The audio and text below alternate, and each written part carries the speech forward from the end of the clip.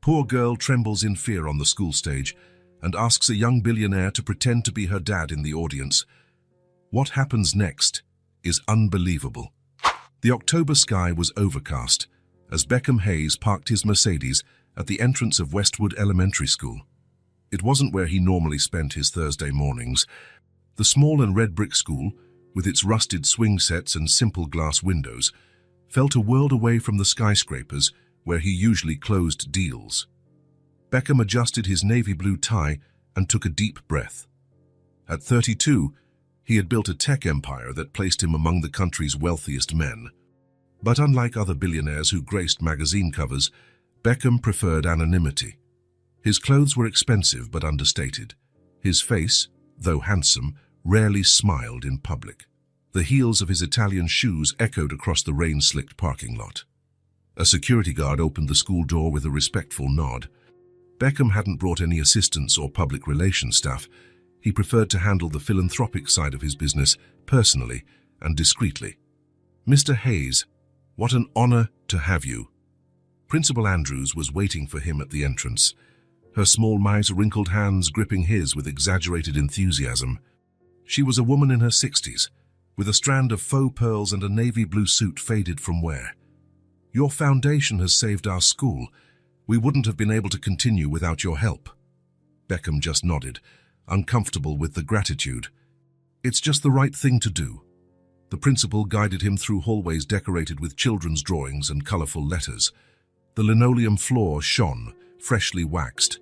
Children ran back and forth, some stopping to stare at the tall man in a suit who seemed out of place in this environment. "Yeah, the third-floor classrooms were unusable because of the leaks," the principal explained as they walked. "And our library only had donated books, many of them too old. Your funds are changing these children's lives."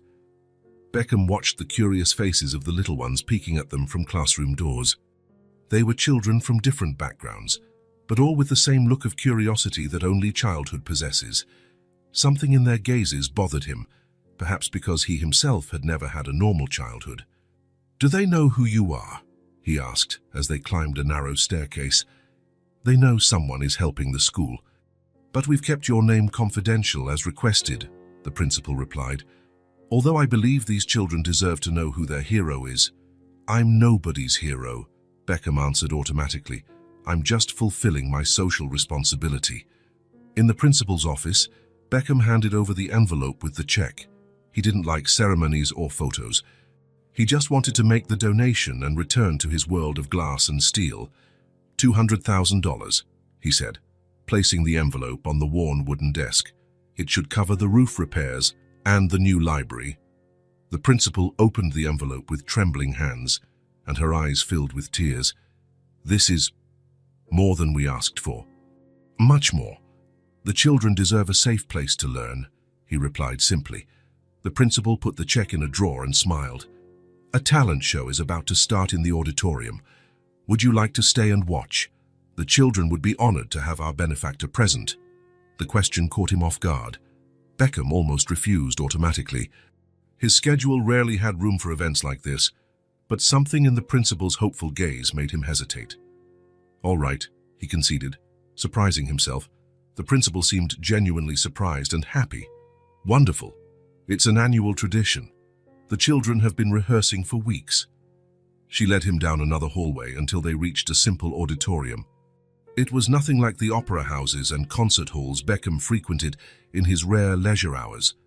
The stage was small, the curtains were frayed at the edges, and the plastic chairs were the cheapest kind. But there was something about the atmosphere that felt more authentic than any charity gala he had ever attended. The small auditorium was packed with enthusiastic parents, cameras and phones in hand. Mothers made last-minute adjustments to bows. Fathers tested their video settings. The air was thick with anticipation and pride. Beckham found an empty seat in the last row, where he hoped to go unnoticed. The noise of conversations and laughter was different from the respectful silence of the boardrooms he was used to. "The second graders will open with a song," the principal explained, sitting beside him for a moment. "Then we'll have individual performances, music, poetry, even a little magic act." Beckham nodded politely, trying to ignore the feeling of unease. He was rarely in such informal settings, full of emotion and controlled chaos. In his world, everything was calculated, measured, predicted. The principal was called away to handle an issue backstage, leaving him alone. As she took the stage to give a welcome speech, Beckham felt a tug on his suit jacket sleeve. Looking down, he saw a little blonde girl, no more than 5 years old, with large, teary blue eyes. There was something in that look that made him forget everything else. He crouched down to her level. "Are you okay?" he asked with a gentleness he didn't know he possessed. The girl clutched a small worn-out teddy bear to her chest. Her light blue dress had bows on the sleeves and a small juice stain on the hem. Her blonde hair was in a messy braid, with loose strands framing her face. "I'm scared," she whispered, her lips trembling. "My mommy isn't here yet." Beckham looked around. The auditorium was full of families, all focused on their own children. This little one seemed to be the only one alone. "What's your name?" he asked. "Ellie," the girl replied, rubbing an eye with her free hand. "Ellie Morris." "I'm sure your mum will be here soon, Ellie," Beckham said, trying to sound reassuring. Little Ellie shook her head. "She works far away, sometimes she gets stuck at work." Her blue eyes fixed on his. "I have to dance soon. I don't want to go on alone." Beckham felt a pang in his chest seeing the fear in the girl's eyes. All the other children had someone cheering for them. This little one was completely alone. A teacher with greying hair passed by, noticed Ellie, and approached with a concerned expression. "Ellie, dear, has your mother not arrived yet?" "She called and said she was on her way." "No," the girl mumbled, hugging her teddy bear tighter. The teacher looked at Beckham with curiosity. "Sir, are you related to Ellie?" Before he could answer, Ellie spoke in a small but determined voice. "He's my new friend." The teacher smiled, but she still looked worried. "Well, we need to get ready." "You're the 5th performance, Ellie. Shall we go backstage?" The little blonde girl looked at Beckham with growing desperation. Her blue eyes pleaded for something he didn't fully understand. After a pause that seemed to last an eternity, Ellie asked the question that would change everything. "Can you pretend to be my daddy?" Something strange happened in Beckham's chest. A warm, unfamiliar sensation spread through him, as if a long-shut compartment had been opened. For a moment, he forgot who he was. The ruthless CEO, the cold strategist, the lonely billionaire. He looked directly into Ellie's sincere blue eyes. In them there was no judgment or expectation, only pure hope. "Of course," he replied, surprised by the firmness in his own voice. "I'm here." The smile that lit up the girl's face was like a sunbeam breaking through dark clouds. She took his hand without hesitation. "Come on, I have to get in line behind the stage," she exclaimed, pulling him with a surprising strength for someone so small. The teacher looked confused, but didn't question it as Beckham stood up and allowed the girl to lead him. "You are?" "A friend of the family," he replied, without elaborating. "I'm here to support Ellie until her mother arrives." The teacher nodded, relieved not to have to deal with a panicked child. "This way, then.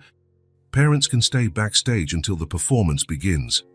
Beckham found himself being pulled through the side corridors of the auditorium to the makeshift backstage area, where other children waited nervously, adjusting costumes and rehearsing steps. Proud parents took pictures, fixed unruly hair, and offered words of encouragement. "Daddy," Ellie called, the words sounding strange and yet right. "You're going to watch me dance, right?" "I'll be in the front row," he promised. Ellie smiled again and ran to join the other girls wearing similar tiaras. Beckham stood still, watching her interact with her friends, her fear seemingly forgotten now that she had someone in the audience. Another teacher approached him with a friendly smile. "Her first performance?" "Yes," Beckham replied without elaborating. "She's very talented. She's been practicing a lot. You must be so proud." Beckham just nodded, feeling strangely protective. The lie was growing, but somehow it didn't feel wrong.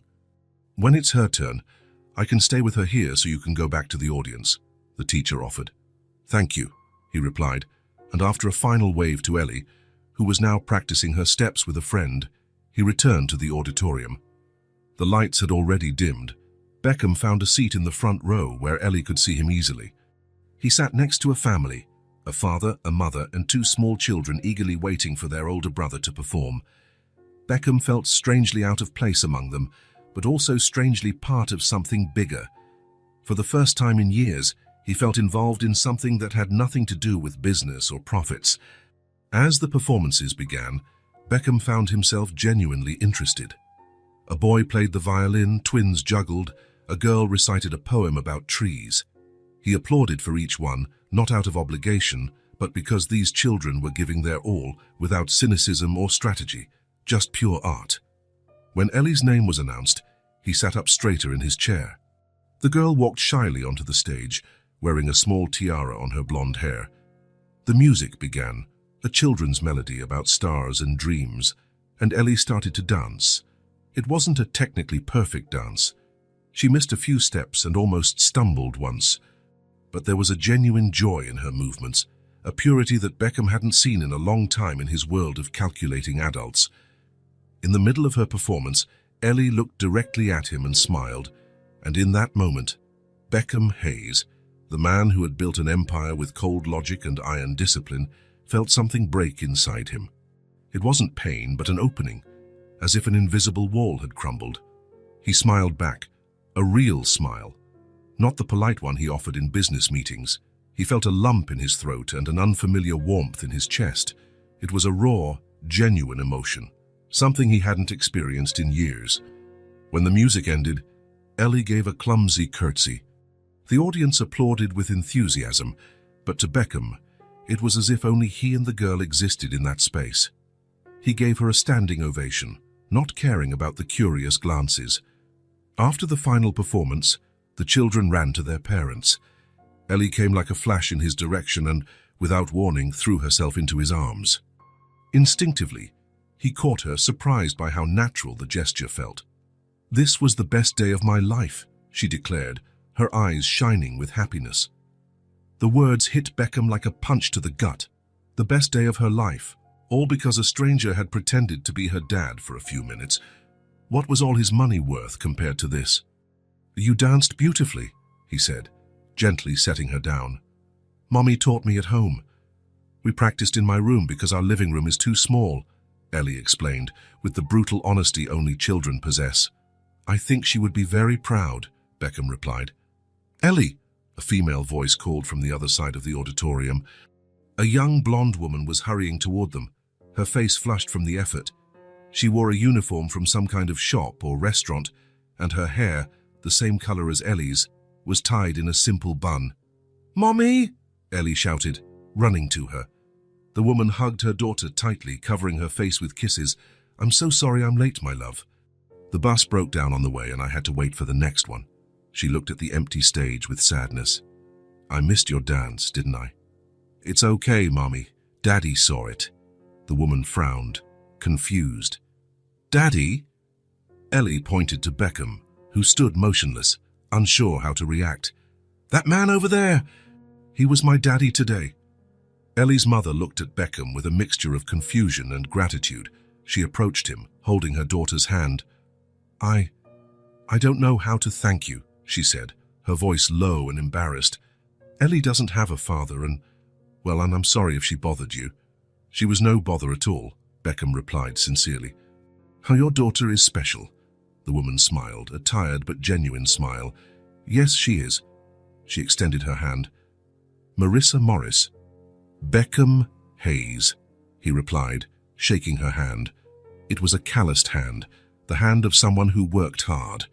Recognition flashed in her eyes when she heard the name. From the donation to the school." He nodded, uncomfortable with the recognition. "We should go," Marissa said after a moment of awkward silence. "I have another shift in an hour. Come on, Ellie." "Bye-bye. Pretend daddy," Ellie said, waving. "Goodbye, Ellie," he replied, feeling a strange reluctance to see her leave. He stood there, watching mother and daughter walk across the auditorium hand in hand until they disappeared through the door. The place was almost empty now, just staff cleaning up the trash left by the audience. Principal Andrews approached him. "Thank you for staying, Mr. Hayes. It meant a lot to our children. It was different than I expected," he admitted. "Children have that power, don't they? To surprise us," The principal smiled. "I saw you with little Ellie. She's one of our special cases. Single mother, difficult financial situation, but a bright child." Beckham nodded, not knowing what to say. "Well, I won't take up any more of your time," the principal concluded. "I'm sure you have important commitments." "Yes," he replied automatically, although for the first time in a long time, his important commitments seemed empty compared to what he had just experienced. When he finally got back to his car, Beckham sat in the driver's seat and remained still, his hands on the wheel but without starting the engine. The silence that once brought him comfort now felt empty. In his mind, the image of Ellie dancing, smiling at him, calling him Dad, even if it was pretend, replayed over and over. In his chest, that strange feeling persisted. "I've never felt so important to someone," he murmured to the empty car. He started the engine and pulled out of the school's parking lot. But instead of heading to the office as planned, Beckham just drove aimlessly, trying to understand what had changed inside him on that ordinary Thursday morning. For 3 days, Beckham couldn't get Ellie out of his head. Those blue eyes and the pretend daddy echoed in his mind during important meetings, calls with investors, and even during his solitary dinner in his penthouse apartment. The following Thursday, he cancelled 2 meetings, something unheard of in his meticulously planned schedule. His assistant, Caroline, almost dropped her tablet when he announced, "I'll be unavailable this afternoon. Personal matters." Caroline, who had worked with him for 5 years, couldn't hide her surprise. In half a decade, Beckham Hayes had never cancelled a commitment for personal matters. For him, the company was his personal life. "Is everything all right, sir?" she asked, concerned. "Perfectly fine," he replied, already grabbing his jacket. "Just reschedule the appointments." He dressed more casually than usual, dark pants and a blue shirt without a tie. He thought about buying a gift for Ellie, but realized he didn't know what a 5-year-old girl would like. He opted for something more practical. Arriving at Westwood Elementary School, he parked his car and took a deep breath. On the passenger seat was a box of high-quality art supplies, imported colored pencils, markers, special drawing paper, and even a small watercolor kit. If Ellie liked to draw, she would have the best materials. Principal Andrews nearly fell out of her chair when she saw him walk through the front door.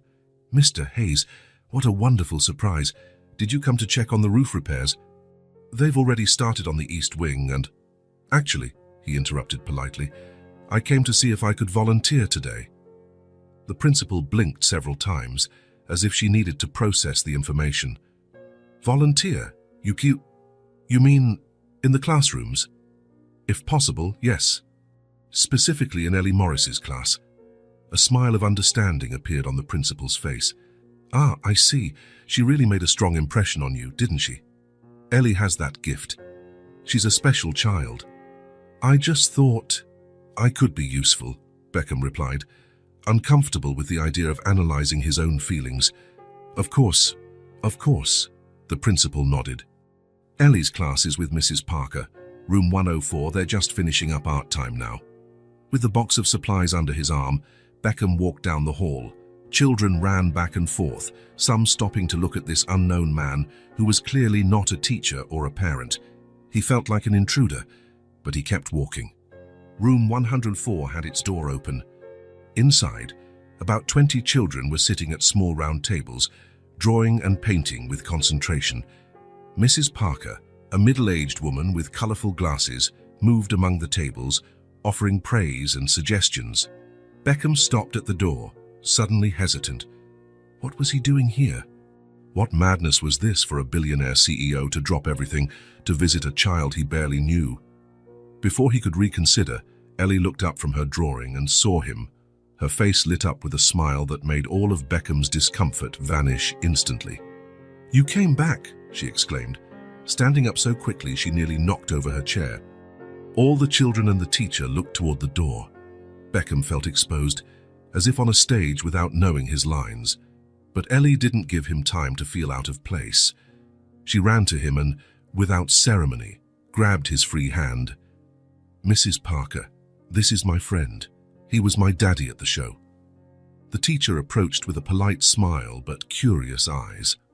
"Welcome to our classroom, Mr. Beckham Hayes," he replied, extending his hand. Principal Andrews allowed me to visit as a volunteer today. Recognition shone in the teacher's eyes. Mr. Hayes from the donation. Of course, you are most welcome. She turned to the class. Children, we have a special visitor today. Mr. Hayes is going to help us with our art activity. Some children waved shyly. Others stared at him with open curiosity. One boy raised his hand and asked bluntly, "Are you rich?" "Timothy," the teacher scolded. "It's all right," Beckham said. He looked at the boy and answered honestly, "I have more money than I need. That's why I'm helping your school." The answer seemed to satisfy the children, who soon returned to their activity, all except Ellie, who still held his hand as if afraid he would disappear. "I brought something for the class," Beckham said, showing the box to the teacher. "Art supplies." Mrs. Parker's eyes widened when she saw the contents of the box. "This is very generous, Mr. Hayes. These are professional materials." "I thought they might be useful," he replied simply. The teacher began distributing some of the new materials among the ecstatic children, while Ellie pulled Beckham to her table. "Come see what I'm drawing," she insisted.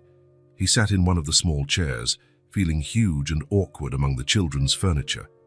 Ellie's table had several drawings scattered on it, colorful houses, strangely shaped animals, and what looked like a human figure in a suit.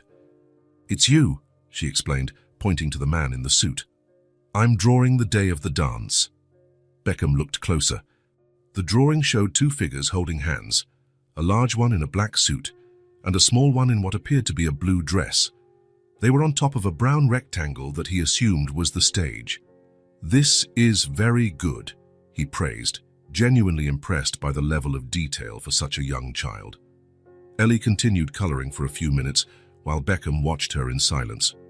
It was strange how comfortable he felt there, after the initial unease. There were no expectations, no tense negotiations, no need to prove his worth, just the present moment. "Did you like performing when you were a kid?" Ellie asked suddenly, without looking up from her drawing. The question caught him off guard. No one had asked him about his childhood in years. Perhaps because everyone assumed a billionaire's life only became interesting once the money came along. "I never liked it," he replied after a pause. "I was always shy. I'd get nervous just thinking about it." Ellie nodded seriously, as if this were very important information. "I get nervous too. My heart goes like this. Thump, thump, thump, thump." She tapped her chest quickly to demonstrate. "Mine too," Beckham confessed with a small smile. "But Mommy says it's normal, that even big people get nervous." "Your mom is right. Do you still get nervous about things?" Ellie asked, now looking directly at him. Beckham thought for a moment. "Yes, but about different things. Important meetings, difficult decisions." "What's a meeting?" she asked, pronouncing it carefully. "It's when adults sit around a big table and talk about work for a very long time," he explained. Ellie made a face. "That sounds boring." "And it usually is," he agreed, surprising himself with his own honesty. Ellie laughed, a clear musical sound that made some children at nearby tables look over. Then, with a determined air, she picked up the drawing she was making, blew on it to dry the ink, and handed it to Beckham. "I made this for you, because now you're my friend." Beckham took the drawing carefully as if it were a valuable document. In a way, it was. No one had given him something so sincere in, well, maybe ever. "Thank you, Ellie. I'll keep it safe." "Promise you won't lose it?" "I promise." Mrs. Parker clapped her hands to get the class's attention. "Time to put away your supplies, children. Let's get ready for recess." A collective excitement rippled through the room as the children packed pencils and papers into their backpacks. Ellie took Beckham's hand again. "Come see my cubby before we go to recess." She led him to the back of the room, where each child had a small personalized space, a combination of a locker and a bulletin board. Ellie's was easy to spot, colorful, full of drawings and small trinkets. "This is my special place at school," she explained with pride. "It's all mine." Beckham observed Ellie's small personal space. There were drawings taped up with slightly yellowed tape. One showed what looked like Ellie and a woman who must be her mother, holding hands in front of a small house. Another showed a brown dog with an impossible smile. There were notebooks decorated with hand-drawn colorful hearts. and small toys made of folded paper, a bird, a flower, something that looked like an airplane. "This is Max," she said, pointing to the dog in the drawing. "He belonged to our neighbor, but she moved. I want a dog, but Mummy says our apartment is too small." In her corner, Ellie had created an entire world. It wasn't a world of astronomical figures, million-dollar contracts, or corporate strategies. It was a world of color, imagination, and hope. A world where dogs smiled and small houses were perfect to live in. "And this is the little boat Mommy taught me to make," Ellie continued, showing him one of the folded paper creations. "She said one day we'll put it in real water at the park lake." Beckham gently touched the small paper boat. It seemed so fragile, yet it held so many dreams. In his business world, everything was durable, permanent, built to impress and intimidate. The Hayes Technologies office occupied 10 floors of a downtown skyscraper with imported furniture, contemporary art on the walls, and panoramic views that cost millions. And there he was, crouching in front of a school locker, enchanted by a paper boat. "Your little corner is very special, Ellie," he said sincerely. "Do you have a little corner too?" she asked, curious. Beckham thought for a moment. He had a 7,000 square foot penthouse apartment, an office larger than many houses, a beach house he rarely visited, but a little corner, a place that was truly his, that reflected his dreams and hopes. "I don't think so," he finally admitted. Ellie seemed genuinely saddened by this information. "Everybody needs a little corner." Mrs. Parker called the children to line up for recess. Ellie looked at Beckham with expectation. "Are you staying for recess too?" "I can't today," he replied, surprised by his own disappointment. "I have to get back to work." "Oh." Her disappointment was visible, but quickly replaced by a smile. "But you'll come back another day." The question hung in the air. The logical answer was no. He was Beckham Hayes, CEO of Hayes Technologies, not an elementary school helper. He had a company to run, important meetings, decisions that affected thousands of people. "Yes," he replied, to his own surprise. "I'll be back." Ellie's smile was like a ray of sunshine. "Promise, I promise." She hugged him quickly before running to join the line. Beckham stood still, watching the children leave the room in a disorganized, noisy line. Mrs. Parker approached him. "Thank you for the supplies, Mr. Hayes. They are truly extraordinary." "You're welcome," he replied, still looking at the door where Ellie had exited. "Ellie is a very special child," the teacher commented, following his gaze. "Despite all the hardships, she maintains a contagious joy." "Hardships?" Beckham asked, turning his attention to the teacher. "Well, her mother's financial situation isn't the best. Marissa works 2 jobs to make ends meet, but she never lets it affect Ellie." "She's an exemplary mother," Beckham nodded, thoughtful. "May I ask him about the father?" The teacher shrugged. "Never been in the picture, as far as I know. Ellie never mentions a father except," she smiled, "except you, apparently." Beckham felt a strange warmth in his chest. "Well, I need to get to the kids," the teacher said. "You're welcome to come back anytime. Having a volunteer like you is an honor for our school." After the teacher left, Beckham was alone in the classroom. He looked again at Ellie's corner, at the colorful drawings and paper dreams. Then he looked at the drawing in his hand, him and Ellie, holding hands on stage. He folded it carefully and placed it in the inner pocket of his jacket, close to his heart. It wouldn't go into a folder or a drawer with contracts and reports. This piece of paper was worth more than all the documents in his office. Leaving the school, Beckham didn't go straight to his car. He walked through the yard and stopped near the playground, where the children played under the watchful eyes of the teachers. He spotted Ellie easily. Her blonde hair bounced as she ran with other girls in a game of tag. For a moment, he allowed himself to just watch. There was a freedom in those children that the adults in his world had lost long ago. They didn't worry about status, armor, power, or money. They just lived in the present moment with full intensity. Ellie saw him and waved excitedly. He waved back, feeling strangely light. As he walked to the car, Beckham touched the pocket where he had stored the drawing. He had important meetings ahead, million-dollar decisions to make, an entire company depending on his leadership. But for the first time in years, All of that seemed a little less important than a drawing made by small hands and treasured like a gem. The school bell rang, signaling the end of classes. Children ran to the gates where parents waited in cars and on foot. Beckham waited, leaning against his black Mercedes, watching the small crowd. His driver had questioned the decision to be dismissed for the afternoon, but Beckham had insisted on driving himself. When Ellie came out, carrying her pink backpack with unicorn stickers, her eyes scanned the yard until they found Beckham. Her face lit up immediately. She ran to him, her blonde hair bouncing in the wind. "You came again," she exclaimed, stopping in front of him with a huge smile. "I promised I would, didn't I?" Beckham replied, a natural smile forming on his face. Marissa appeared right behind her, walking briskly. She wore the same diner uniform as the first time, but she looked even more tired. "Mr. Hayes," she greeted, surprised. "I didn't expect to see you again. Please, call me Beckham." He hesitated for a moment before continuing. "I was actually wondering if Ellie would like to get a snack. With your permission, of course." Marissa seemed confused by the request. Her eyes darted between the billionaire and her daughter, who was practically bouncing with excitement. "Please, Mommy, can we go?" Ellie pleaded. "Well, Marissa checked her watch. "I have to be at work in an hour." "I can take Ellie and then drop her off at home," Beckham offered. "Or wherever is most convenient for you." Marissa bit her lip, clearly conflicted.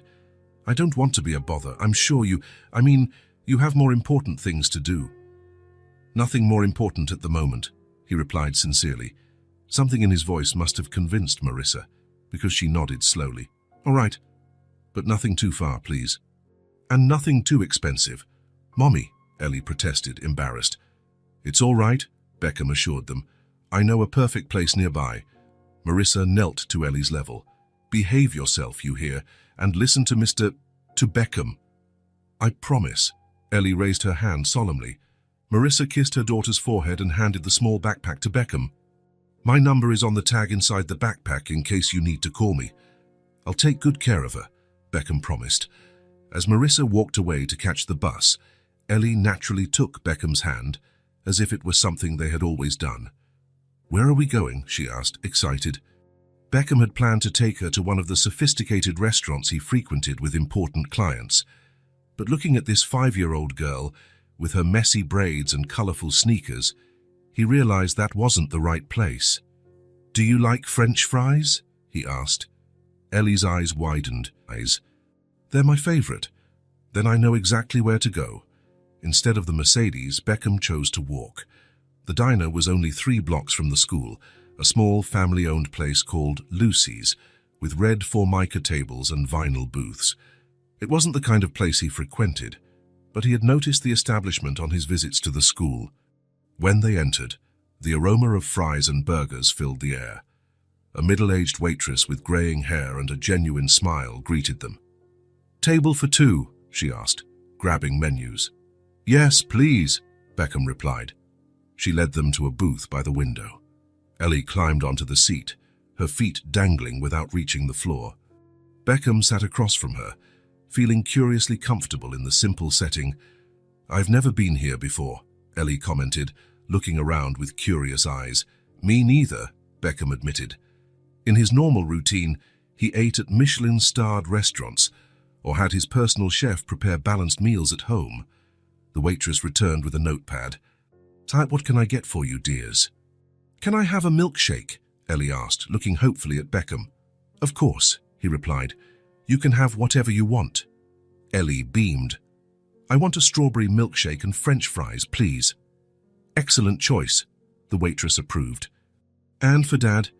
Beckham felt a strange pang at being called Dad, but he didn't correct the woman. "The same for me, and a hamburger as well." "Coming right up," the waitress said, walking away. Ellie took a crayon from her backpack and started drawing on the paper napkin. Beckham watched her, fascinated by the concentration on her small face as she created shapes on the simple paper. "What are you drawing?" he asked.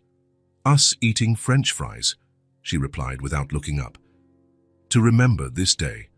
Something warmed Beckham's chest. For him, dinners at expensive restaurants were so common he barely noticed where he was eating. But for Ellie, this simple snack was a special event, worthy of being recorded and remembered. "Do you like dogs?" she asked suddenly. "I do," he replied. "I've never had one, but I've always liked them." "Why have you never had one?" The direct question took him by surprise. "I guess I never had the time to take care of one properly." Ellie nodded, as if that were a perfectly acceptable answer. "I want a golden retriever. They're big and fluffy, and they like hugs." "How do you know so much about them?" "There's a book in the school library." She took a dramatic pause. "I know how to read, you know." "Really?" Beckham was genuinely impressed. "At 5. 5.5, she corrected proudly. The teacher said, "I'm a fast learner." The waitress returned with their orders, milkshakes in tall glasses with colorful straws and baskets of golden, crispy French fries. Ellie's eyes sparkled. "Thank you," she exclaimed to the waitress, who smiled and patted her hair before walking away. Ellie immediately grabbed a fry and took a bite, closing her eyes in exaggerated appreciation. So good." Beckham imitated her, grabbing a fry. He couldn't remember the last time he'd eaten something so simple with such pleasure. In his business meals, the food was just an accessory to the conversation, rarely noticed or enjoyed. "When I grow up," Ellie announced between sips of her milkshake, "I'm going to have a big house with a yard for my dog to play in." "That's a good plan," Beckham commented.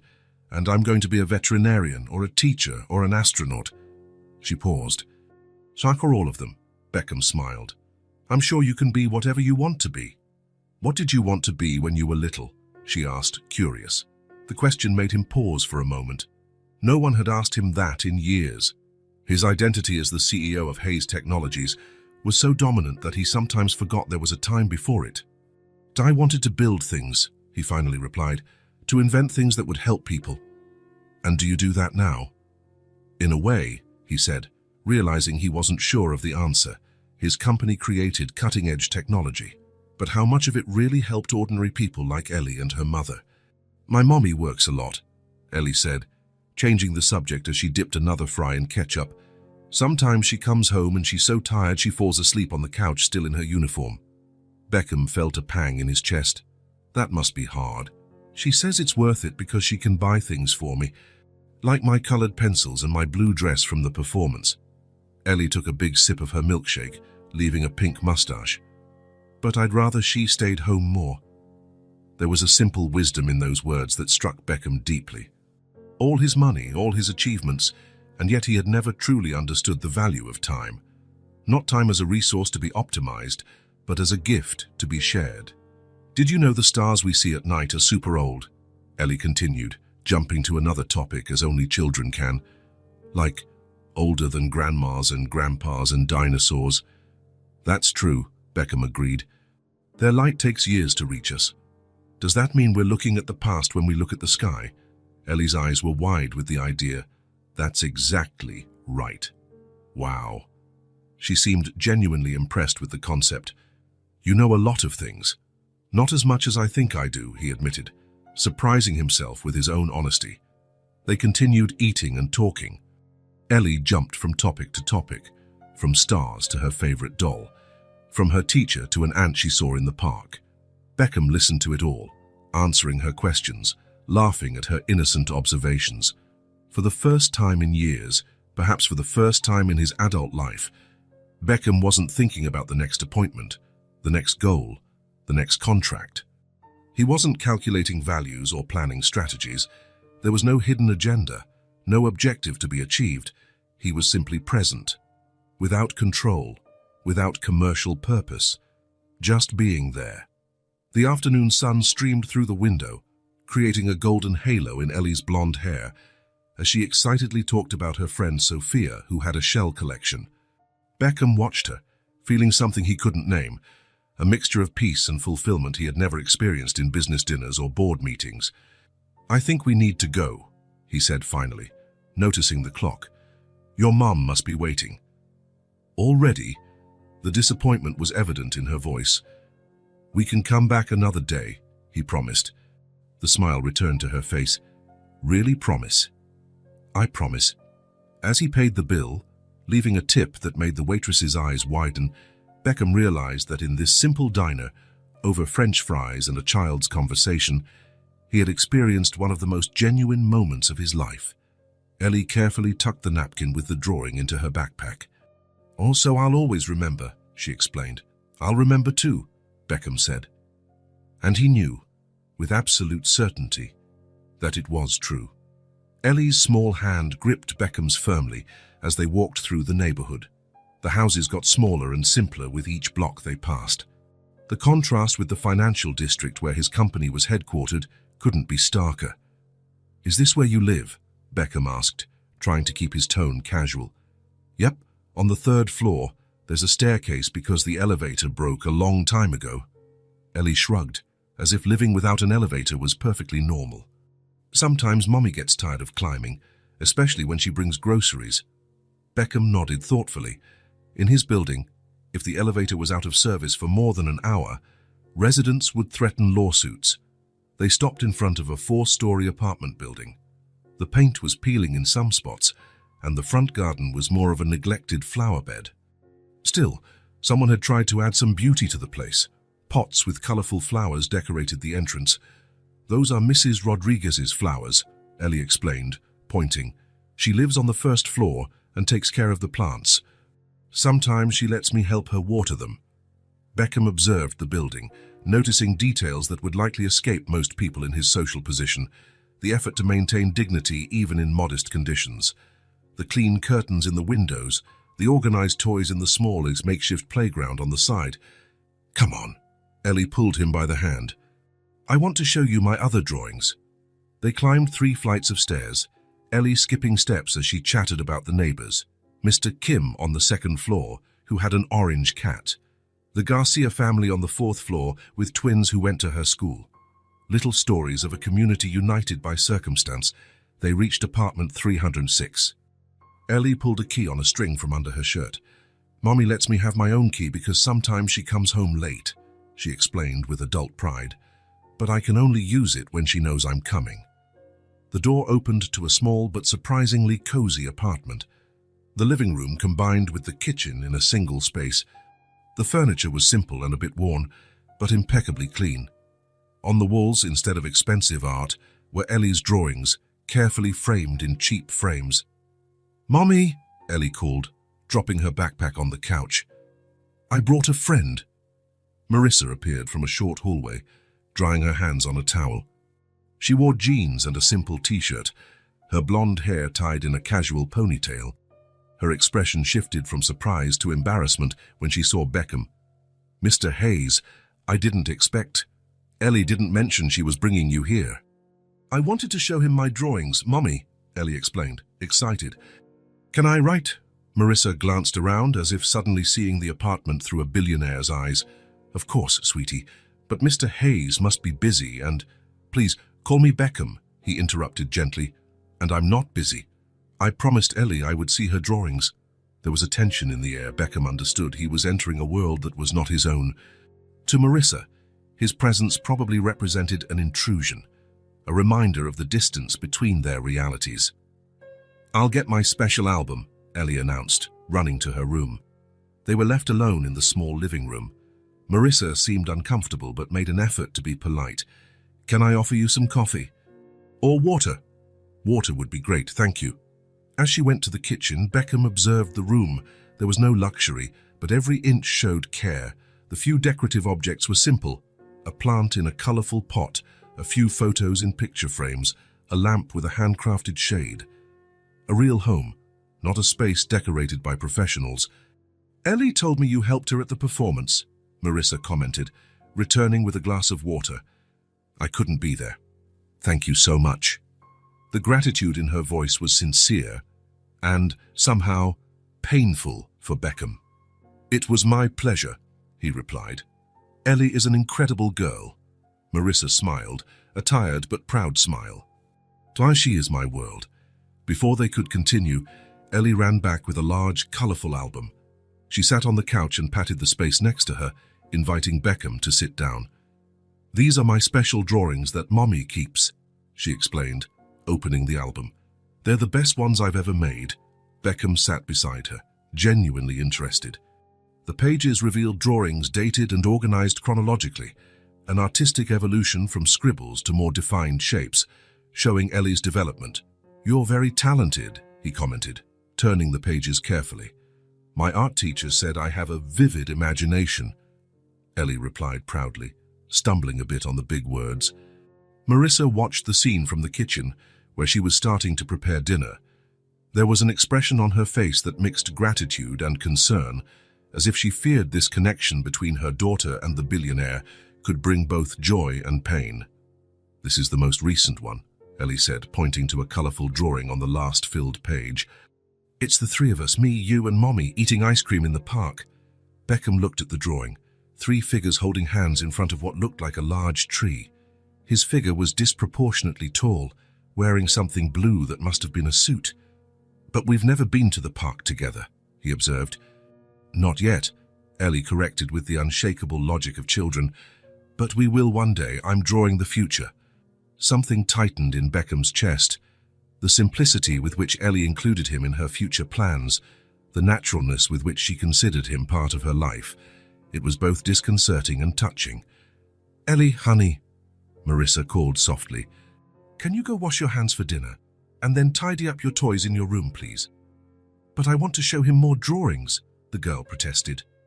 "You can show him more later. Now, hands and toys, please." With a dramatic sigh that only children can execute, Ellie closed the album and handed it to Beckham. "Take care of it until I get back, okay?" "I promise," he replied seriously. When Ellie left, Marissa approached and sat in the armchair opposite the sofa. Her face showed the fatigue she tried to hide from her daughter.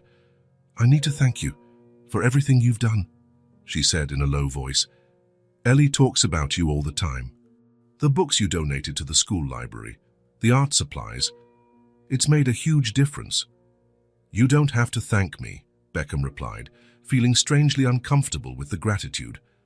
"They are small things. Small for you, maybe." There was a direct honesty in her voice, without resentment, just a statement of fact. "For us, they're big."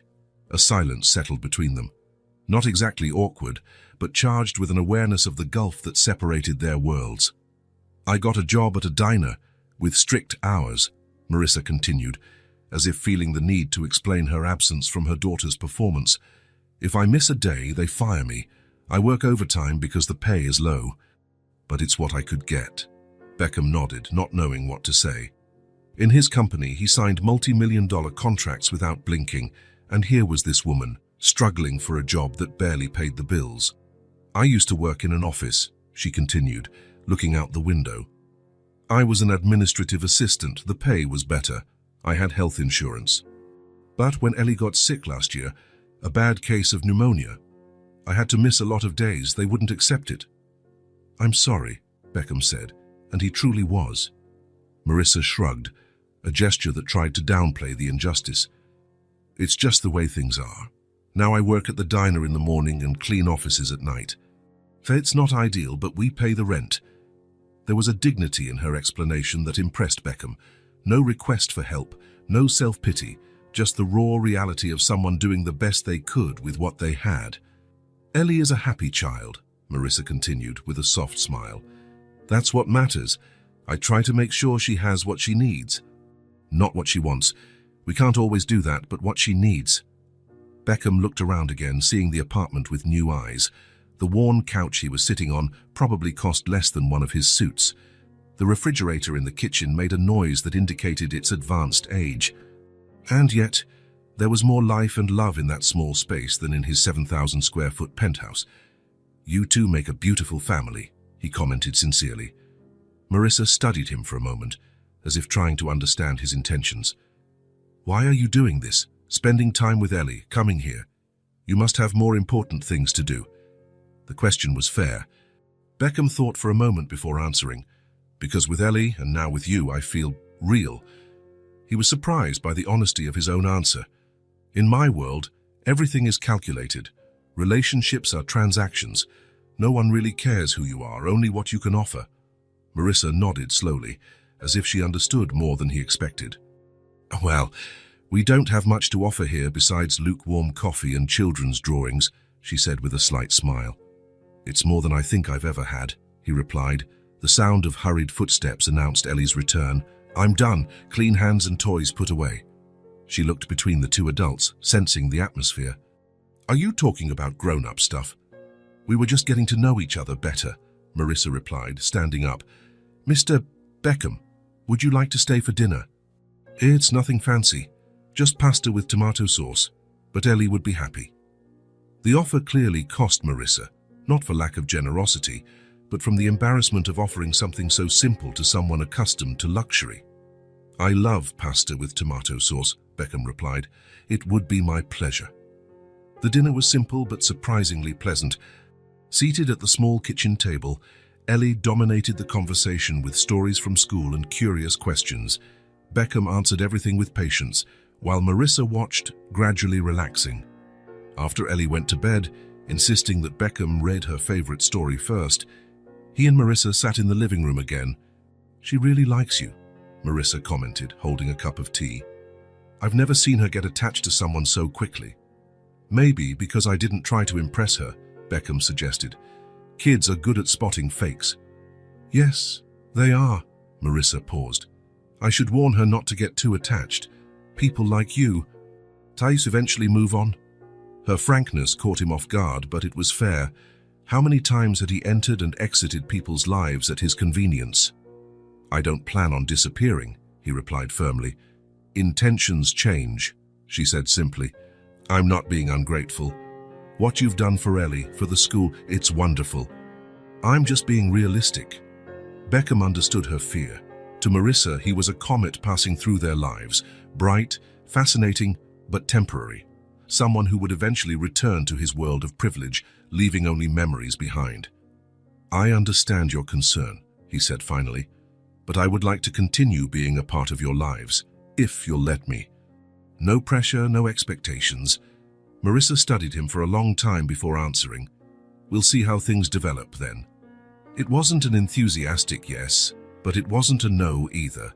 It was a cautious opening, the most a protective mother could offer. In the following weeks, a strange but comfortable routine began to form. Beckham rearranged his schedule to visit Ellie's school at least twice a week. Sometimes he helped with reading in the library. Other times, he participated in art activities.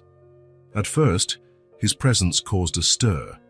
It wasn't every day that a billionaire regularly appeared at a public school, but over time, he became just Ellie's friend, as the children called him. Occasionally, he would take Ellie for a snack after school, always with Marissa's permission. Sometimes, Marissa would join them when her schedule allowed. They were simple moments: ice cream in the park, visits to the local zoo, an afternoon at the movies watching an animated film. Beckham made discreet donations to the school, new books for the library, equipment for the playground, a fund for field trips. He made sure they were anonymous, although everyone knew their origin. For Marissa and Ellie's apartment, his contributions were even more subtle: a special discount on the rent that the landlord inexplicably offered, a scholarship for extracurricular activities that happened to be awarded to Ellie, a new refrigerator that appeared when the old one finally stopped working, supposedly part of a city program. Marissa suspected the origin of these miracles, but Beckham always denied involvement. He didn't want his help to sound like charity or create a greater imbalance between them. As fall turned to winter, the impromptu trio found their rhythm. Ellie flourished with the additional attention.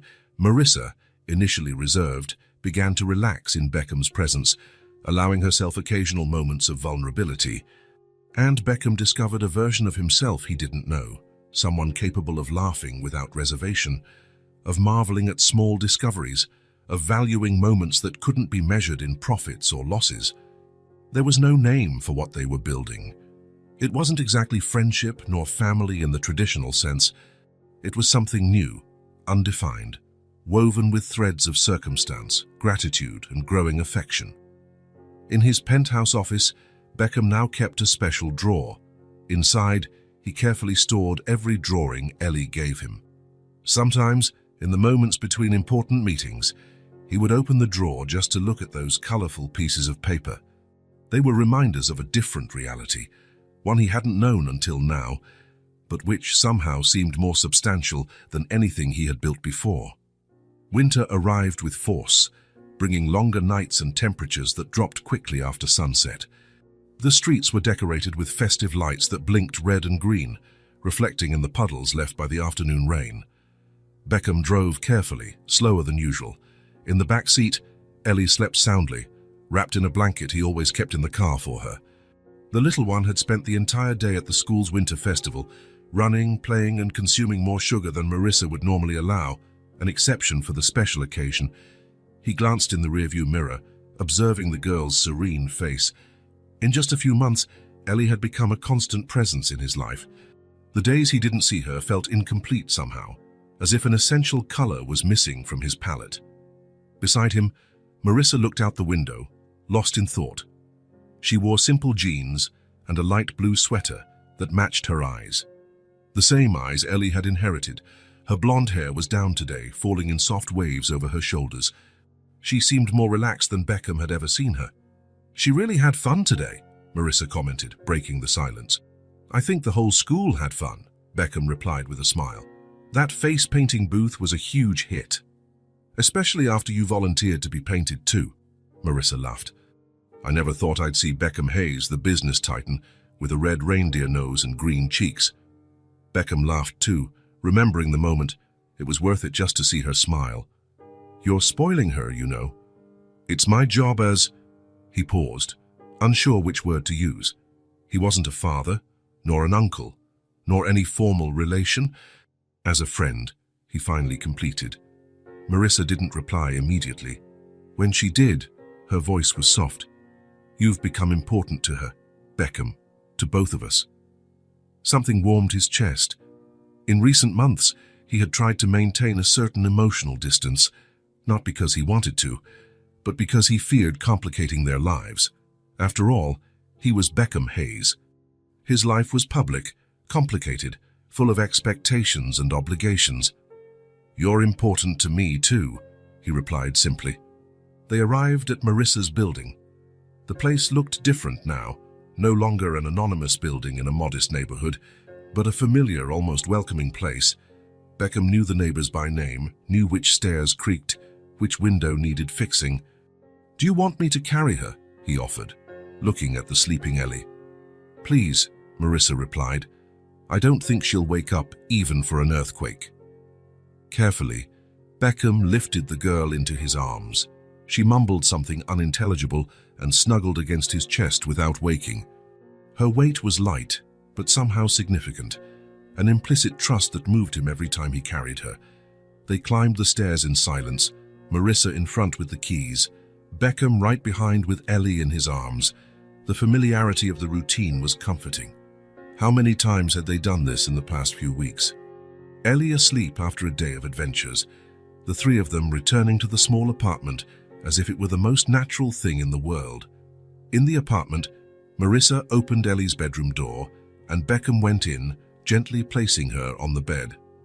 Marissa took off her daughter's shoes and covered her, leaving a soft kiss on her forehead. Beckham watched from the doorway, feeling simultaneously part of the scene and an observer.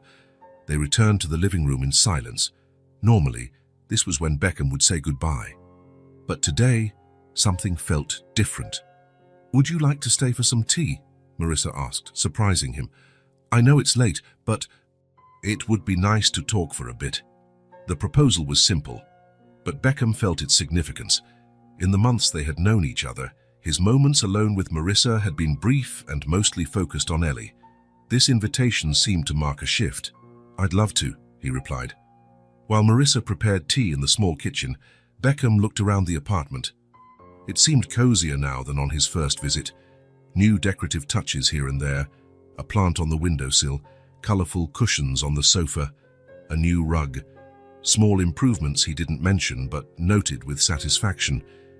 His eyes fell on a recent photograph framed on the bookshelf.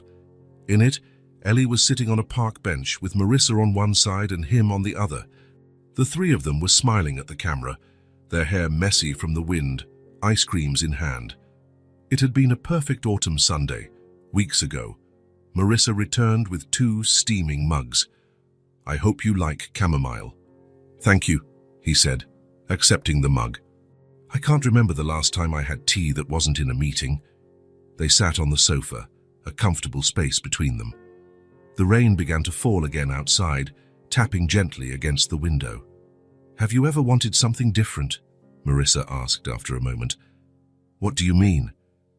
"Different from the life you have. This whole empire, responsibilities, expectations. Have you ever wanted something simpler?" Beckham reflected on the question, sipping his tea. "I didn't know I wanted it until I met you and Ellie," he answered honestly. "I always thought my path was set from birth. And was it? In a way, my father built the company from the ground up. It was always clear that I should follow in his footsteps, make it bigger, better, more profitable." He paused. "I never really questioned it, until now." Marissa nodded, understanding. Sometimes the paths we don't choose are the ones that teach us the most. They sat in silence for a few minutes, just enjoying the quiet of the moment, the cozy contrast with the world outside. The rain intensified, creating a curtain of sound that seemed to isolate them from the rest of the universe. "Can I ask something personal?" Beckham said finally. "Of course. What about Ellie's father?" The question hung in the air for a moment. Beckham almost regretted asking it, fearing he had crossed some invisible line, but Marissa didn't seem offended. Instead, a small, restrained smile appeared on her lips. "He left before she was born. Said he didn't know how to be a father." The simplicity of the answer contained volumes of unmentioned pain. Beckham pictured a younger Marissa, probably scared, facing pregnancy alone, while the man who should have been by her side simply disappeared. "You were both parents?" he said softly. "And that's huge." Marissa looked at him, surprised by the comment. For an instant, her eyes shone with unshed tears, but she blinked them away quickly. "Thank you for saying that," she replied, her voice a little shaky. "Sometimes I wonder if I'm doing enough." "You're doing more than enough. Ellie is proof of that." Marissa smiled, grateful, and took another sip of tea. When she spoke again, her voice had a different tone, as if she had decided to share something she had held back for a long time. "You know, it wasn't always this hard for us," she began. "When I found out I was pregnant, I had a good job. It was nothing extraordinary, but it was stable. I worked in the administrative department of a large company." "Which company?" Beckham asked. "Interested." "Hayes Subsidiaries," she replied. "Ironically, a division of your family's company." Beckham felt a jolt of surprise, but let her continue. "The job was good. The pay was fair. I had health insurance, benefits. I managed to save a little during my pregnancy to prepare everything for Ellie's arrival." Marissa glanced at her daughter's closed bedroom door. "The first few years were smooth. My boss was understanding, gave me flexibility when I needed it. But then there was a restructuring, new managers, new policies. Suddenly, missing work became unforgivable, even with a doctor's note. And when Ellie was 4, she got a severe case of pneumonia." "I remember you mentioned that before," Beckham said softly. "It was terrifying," Marissa continued, her eyes now distant, reliving the memory. "She was hospitalized for 5 days. I didn't leave the hospital for a minute. When we finally came home, she still needed constant care." Marissa took a deep breath before continuing. "I called work. I explained the situation. I asked to use my accrued vacation or unpaid leave, anything. But the answer was clear. Either I came back immediately or I was fired." She shook her head, the resentment still visible. "I chose my daughter, of course. What mother wouldn't?" "What happened next?" "I worked for a good company. The pay was fair. But Ellie got sick. I was absent for a few days, and I was fired without even a chance to explain." She shrugged, a gesture that tried to downplay the injustice. "They just let me go. They didn't even let me talk to HR." Beckham felt a cold knot form in his stomach. "Tash, when was this exactly?" "About a year ago, last October." Last October, the time of the major restructuring his father had implemented to increase operational efficiency.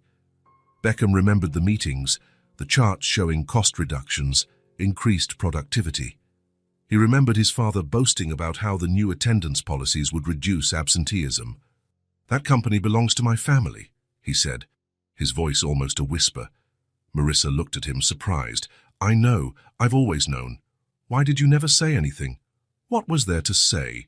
You weren't involved in the HR decisions of a subsidiary. She sighed. Besides, I didn't want our friendship to be based on guilt or obligation. Beckham felt the weight of that revelation. How many Marissas had been affected by the cold, calculated policies the company implemented? How many families had suffered so that the numbers in the quarterly reports would look better?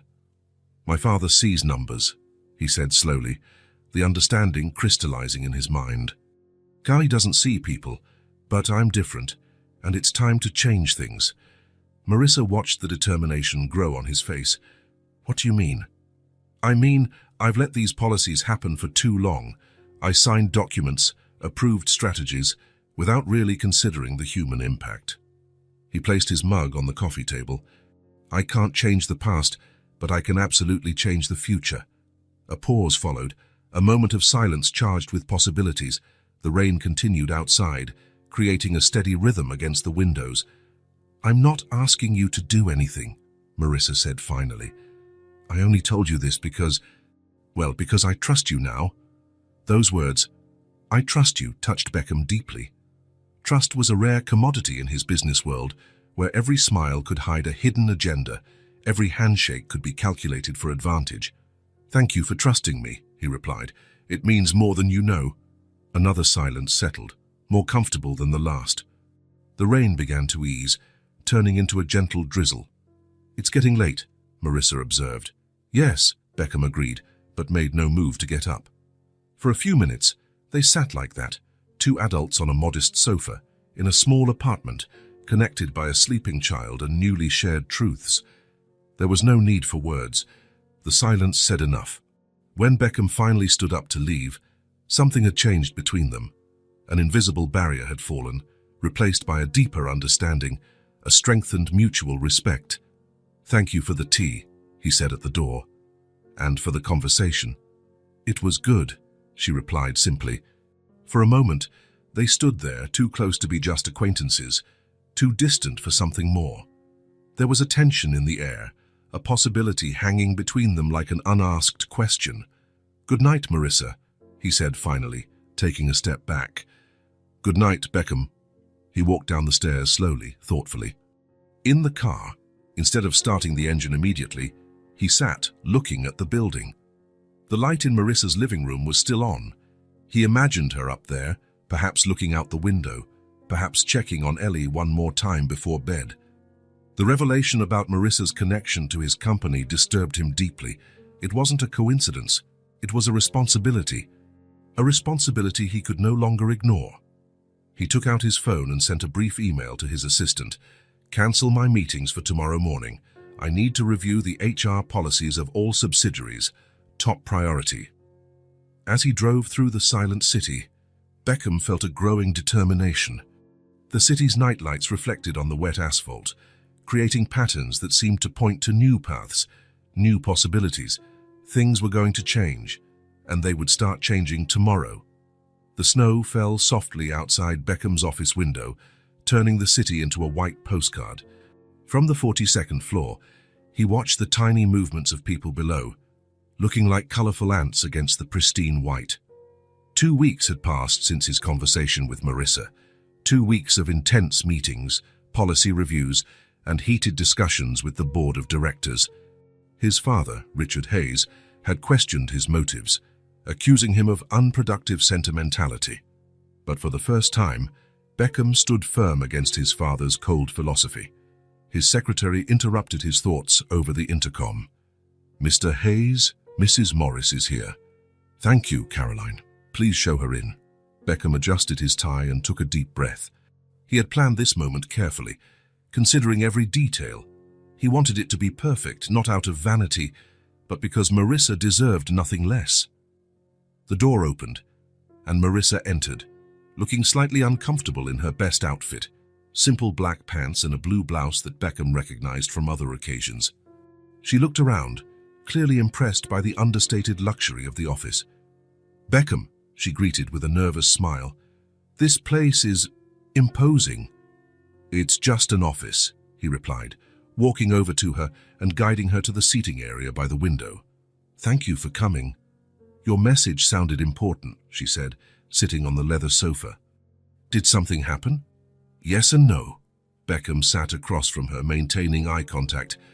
Do you remember our conversation about your old job? Marissa's face hardened slightly. Of course. I've spent the last 2 weeks reviewing all the human resources policies of our subsidiaries. He paused. What happened to you was not an isolated case, Marissa. Dozens of people were fired for similar reasons. Family issues, illnesses, circumstances beyond their control. I'm not surprised, she said softly. But why are you telling me this? Instead of answering directly, Beckham picked up a folder from the coffee table and handed it to Marissa. What is this? She asked without opening it. An offer. He gestured to the folder. Please. Hesitantly, Marissa opened the folder and began to read.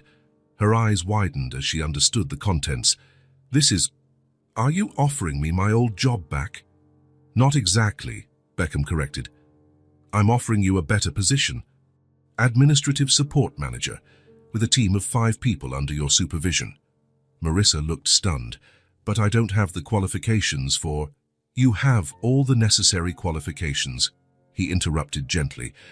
Experience, competence, and something no degree can teach, empathy and understanding for complex human situations.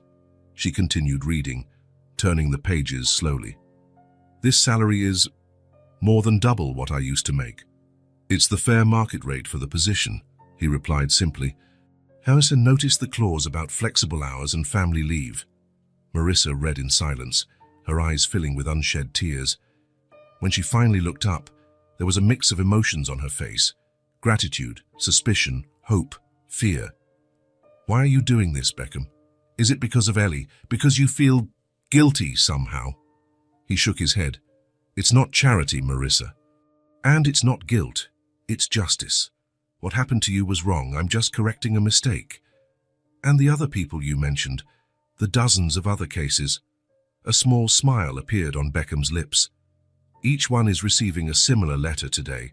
New policies, new opportunities. We are changing the way we do business. Marissa looked at the contract again, running her fingers over the words as if to check if they were real. Your job is back, but with fair pay and flexible hours. You'll be at your daughter's performances. The words hung between them, laden with promise. Marissa closed the folder slowly, saying nothing for a long moment. I need to think, she said finally. This isn't a simple decision. I completely understand, Beckham replied. Take all the time you need. The rest of the meeting proceeded in a lighter conversation. Marissa asked practical questions about the position, the department, the responsibilities. Beckham answered everything with patience and clarity. When she stood up to leave, she seemed lighter, as if an invisible weight had been lifted from her shoulders. I'm going to pick up Ellie from school, she said. She'll be excited to see you. May I join you? Beckham offered. My schedule is clear for the rest of the day. Marissa's smile was answer enough. The snow had stopped by the time they left the Hayes Technologies headquarters. Beckham's driver was waiting for them, with the car warmed up. The drive to Ellie's school was quiet, with Marissa looking out the window, still processing everything that had happened. When they arrived, Ellie was waiting in the schoolyard with other children. Upon seeing the two of them together, her face lit up with a smile that seemed to brighten the entire area around her. "Mommy! Beckham!" she shouted, running toward them, her backpack bouncing on her back. "You came together!" The three-way hug that followed warmed Beckham more than any heater could. This little family he had found by chance was changing his life in ways he could never have predicted. Back in the car, Ellie chatted excitedly about her day at school, a science project about plants, a story she wrote, a new friend she had made. Her energy was contagious, filling the space with life and joy. It wasn't long before the rhythmic sway of the car and the busy day took their toll. Ellie fell asleep mid-sentence, her head lolling to the side, her mouth slightly open. Marissa smiled, stroking her daughter's hair. She always falls asleep in the car, ever since she was a baby.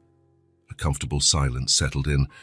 The city lights were beginning to come on against the darkening sky. Beckham looked at Marissa, then at Ellie sleeping in the back seat. A powerful emotion washed over him, something he had never felt before, something that had no name in his businessman's vocabulary. "With you two, I feel whole," he said softly, the words escaping before he could stop them. "Something I've never felt with anyone else." Marissa turned to him, her eyes meeting his in the car's dim light. She said nothing, but her hand found his on the seat, her fingers intertwining in a silent promise. Outside, the city continued its relentless pace. But inside that car, a new kind of peace had been found. A peace made of second chances, restored dignity, and hearts finally finding their place. Spring arrived in an explosion of color. The city parks bloomed with tulips and daffodils, and the trees that had stood bare all winter now sported foliage in vibrant shades of green. Beckham watched this transformation from his office window. His thoughts were on a small apartment across town, where a 5-year-old girl and her mother had completely changed his life. In the last few weeks, since he had offered Marissa the new job, something had shifted between them. What had begun as a chance encounter had evolved into something deeper. Marissa had accepted the position at the company, but had insisted on going through the normal interview process, refusing any special treatment. Her integrity only increased the respect Beckham felt for her. On his desk, 2 boxes awaited, a small velvet one and a larger one containing a golden key with a blue ribbon. 2 promises, 2 possible futures. Today would be the day he finally took the next step. His phone vibrated with a text from Marissa. "Ellie won't stop talking about the trip to the park. She's already picked out her favorite yellow dress."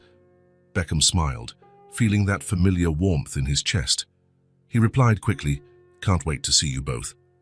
He put both boxes in his jacket pocket. Today he would know if his life was about to change forever. The Sunday sun shone brightly in the Central Park. Beckham arrived early, with enough time to set up a small picnic near the lake, a plaid blanket, a basket of snacks, and even an old guitar. When he saw the 2 of them walking down the path, his heart sped up. Ellie was wearing the yellow dress Marissa had mentioned, skipping more than walking. Marissa was radiant in a simple summer dress, her loose blonde hair blowing in the light breeze. "Beckham!" Ellie shouted when she saw him, running towards him with open arms. He caught her in midair, spinning her in a circle that made her laugh with joy. "How's my favorite girl?" "I brought my bubble kit," she announced, showing a small, colorful bottle. Marissa approached with a smile. "I hope we're not late." "You're right on time," Beckham replied, leaning in to kiss her cheek, a gesture that now felt natural, comfortable. The next few hours passed in pure joy. They ate sandwiches and fresh fruit, played frisbee, fed the ducks in the lake. Beckham even risked a few notes on the guitar while Ellie danced around them. They took pictures together, clumsy selfies with genuine smiles, Ellie making funny faces, the 3 of them with their heads together against the blue sky. Little digital memories of a perfect day. At one point, when Ellie was distracted with her soap bubbles a few feet away, Marissa turned to Beckham. "You seem different today," she observed. "More thoughtful." He smiled, surprised by her perception. "Is it that obvious?" "To me, yes." She gently held his hand. "What's going on?" Beckham took a deep breath. This wasn't how he had planned this moment, but perhaps simplicity was better. He looked directly into her eyes, those blue eyes Ellie had inherited, and found the courage he was looking for. "I care deeply for your daughter," he said, his voice low but firm. "She's special. I want to be her father, to secure her future. If you'll let me..." The words hung between them, as significant as any billion-dollar contract he had ever signed. Marissa didn't answer immediately. Instead, she looked at Ellie, who was blowing soap bubbles with total concentration. When she looked back at Beckham, her eyes were shining with emotion. She squeezed his hand and replied simply, "You already are." "She knows it. And so do I." Something inside Beckham felt like it was expanding, filling spaces he didn't even know existed. Leaning in, he kissed Marissa softly, their first real kiss, not a casual peck on the cheek. A beginning. "I have something for you both," he said when they separated, "but it can wait until later." "What? What is it?" Ellie had returned, seemingly materializing the exact moment presents were mentioned. Beckham laughed. "It's a surprise. After your performance today. That's not fair, she protested, but her smile betrayed her mock outrage. The three of them spent the rest of the morning in the park, simply enjoying each other's company. To any observer, they would have looked like just another family enjoying a sunny Sunday. And in many ways, that's exactly what they had become. The school auditorium was packed for the spring performance. Unlike the first time he had been there, Beckham now knew many of the parents and staff by name. Principal Andrews greeted him warmly, with no trace of the reverential nervousness from months ago. He found Marissa already seated in the front row. She smiled as he approached, shifting slightly to make room for him. There was an ease between them now, a comfortable familiarity that had developed naturally over the months. The lights dimmed, and the show began. Unlike the solo dance from the first time, Ellie was now in a play with her class, a performance about spring. She played a butterfly with colorful wings made of crepe paper and a headband with antennae. When it was her turn to speak, her clear voice filled the auditorium. Spring is a time of change and new beginnings.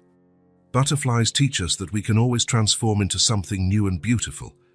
Beckham felt a lump in his throat. The message seemed especially meaningful today. Beside him, Marissa held his hand, squeezing it gently. No words, just presence and connection. When the play ended, the audience applauded enthusiastically. Ellie took an exaggerated bow, her paper wings rustling, and then looked for them in the audience. Upon spotting Beckham and Marissa, her smile widened even more. After the final thanks, the children were released to find their families. Ellie ran directly to them, still wearing her butterfly costume. Did you see? Did you see?" "I didn't forget any of my lines," she exclaimed, jumping into Marissa's arms. "You were amazing, my love," Marissa replied, kissing her forehead. "The best butterfly I've ever seen," Beckham added. Ellie then jumped into his lap, her wings getting a little crumpled in the process. "And now, can I know the surprise?" Beckham exchanged a look with Marissa, who nodded slightly.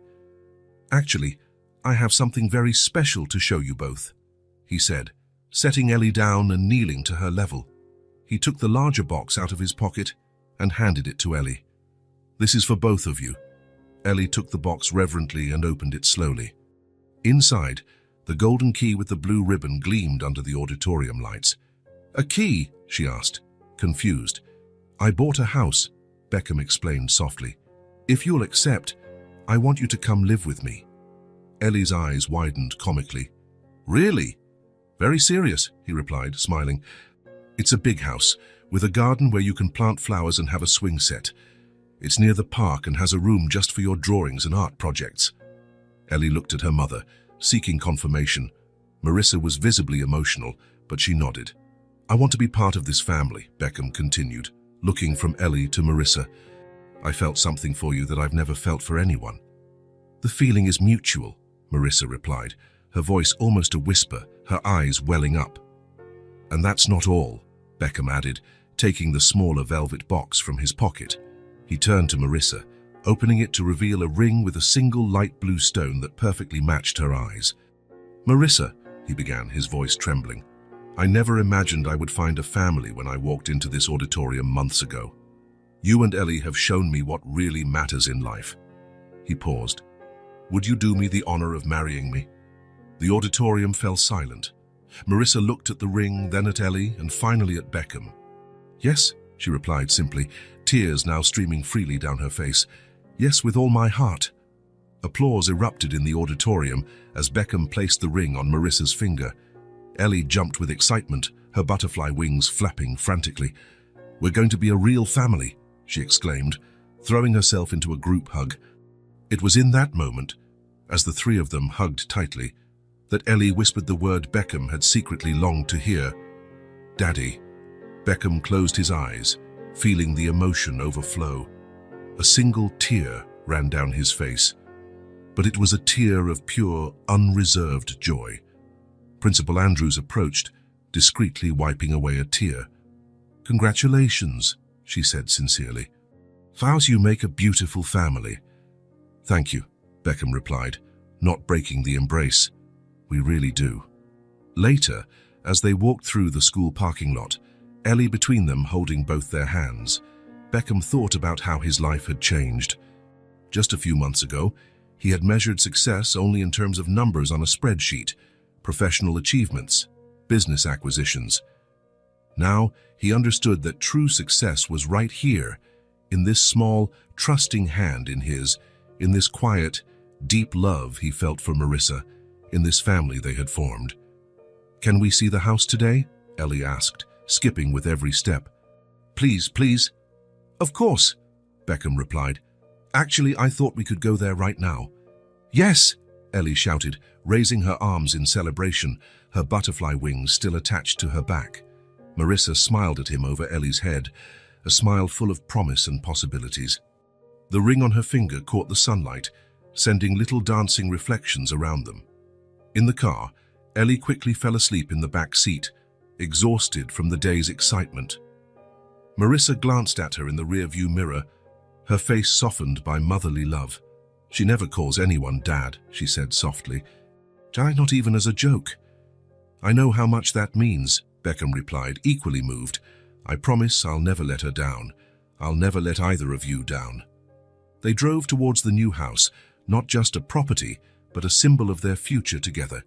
The family was finally formed, not by blood, but by choice. A choice made with love, respect, and the promise of a shared tomorrow. If this story touched your heart, subscribe to the channel and turn on notifications so you don't miss the next ones. Leave a like, because it helps this story get recommended to more people. See you in the next story.